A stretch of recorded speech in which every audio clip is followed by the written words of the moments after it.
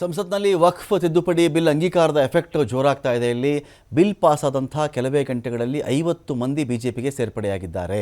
ವಕ್ಫ್ ಮಂಡಳಿ ಜೊತೆ ಭೂವಿವಾದದಲ್ಲಿ ಸಿಕ್ಕಾಕೊಂಡಂತಹ 50 ಜನ ಬಿಜೆಪಿಗೆ ಸೇರಿಕೊಂಡ್ರು. ಈ ಥರದೊಂದು ಬಿಲ್ಲು ರೆಡಿ ಆಯ್ತಲ್ಲ, ಇನ್ನು ವಕ್ಫ್ ಆಸ್ತಿಯನ್ನು ಯಾರ್ಯಾರೋ ಯೂಸ್ ಮಾಡೋದು, ಬರೀ ಆ ಸಮುದಾಯದವರು ಮಾತ್ರ ಮಂಡಳಿಲಿರೋದು, ಅದೆಲ್ಲ ನಡೆಯಲ್ವಲ್ಲ.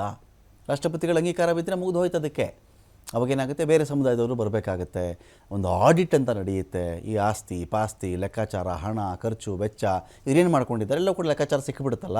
ಇದರಿಂದ ಪ್ರೇರಿತರಾಗಿರ್ತಕ್ಕಂಥ ಒಂದಷ್ಟು ಜನ, ಅಂದರೆ ಯಾರೆಲ್ಲ ವಕ್ಫ್ ಮಂಡಳಿಯೊಂದಿಗೆ ಬೇರೆ ಬೇರೆ ಭೂಮಿಗೆ ಸಂಬಂಧಪಟ್ಟಂಥ ವಿವಾದದಲ್ಲಿ ಸಿಕ್ಕಾಕೊಂಡಿದ್ರೋ ಅವರೆಲ್ಲ ನೇರವಾಗಿ ಬಂದು ಬಿ ಜೆ ಪಿಗೆ ಸೇರ್ಪಡೆಯಾದರು. ಕೇರಳದಲ್ಲಿ NDA ನಾಯಕರ ಸಮ್ಮುಖದಲ್ಲಿಯೇ ಪಕ್ಷವನ್ನು ಸೇರ್ಪಡೆಯಾಗಿದ್ದಾರೆ.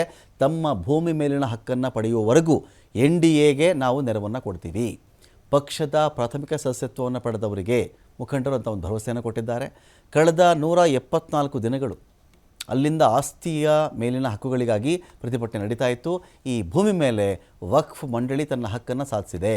ನಮ್ಮ ನೋವನ್ನು ತೋಡ್ಕೊಳ್ಬೇಕು, ನಾವು ಪ್ರಧಾನಿಯವರನ್ನು ನಾವು ಭೇಟಿ ಮಾಡಬೇಕು, ನೇರ ಭೇಟಿಗೊಂದು ಅವಕಾಶವನ್ನು ಕೊಡಿ ಅಂತ ಪಕ್ಷ ಸೇರ್ಪಡೆಯ ಬಳಿಕ NDA ನಾಯಕರಲ್ಲಿ ಅವರು ಮನವಿಯನ್ನು ಮಾಡಿಕೊಂಡಿದ್ದಾರೆ.